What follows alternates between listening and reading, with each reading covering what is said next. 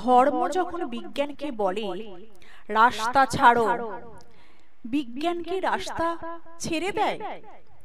পোপের ভয়ে দেশান্তরী হয়েছিলেন Leonardo da Vinci. সারাদিন একটা অন্ধকার ঘরের মধ্যে পায়চারি করতেন গ্যালিলিও গ্যালিলেই। তাকে পাহারা দেবার জন্য বসে থাকতো একজন ধর্মের পেয়াদা, যার চোখের পাতা বাতাসেও নড়ত না। বিজ্ঞান কি তখন থেমেছিল?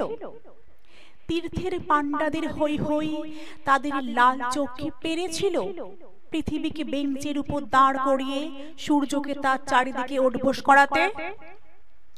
ধর্ম যতদিন দুঃখী মানুষকে বেঁচে থাকার সাহস দেয়, ততদিন রাস্তা নিয়ে কারো সঙ্গে তার ঝগড়া থাকে না। রাস্তা কারো একার নয়, বরং তাকেই একদিন রাস্তা ছাড়তে হয় যার স্পর্ধা আকাশ ছুঁয়ে যায়।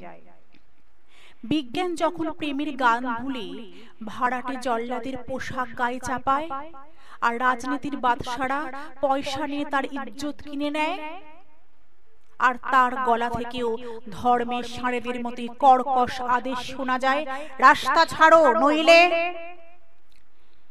পৃথিবীর কালো সাদা হলুদ মানুষের গান, তাদের স্বপ্ন এক মুহূর্ত সেই চিৎকার শুনে থমকে তাকায়।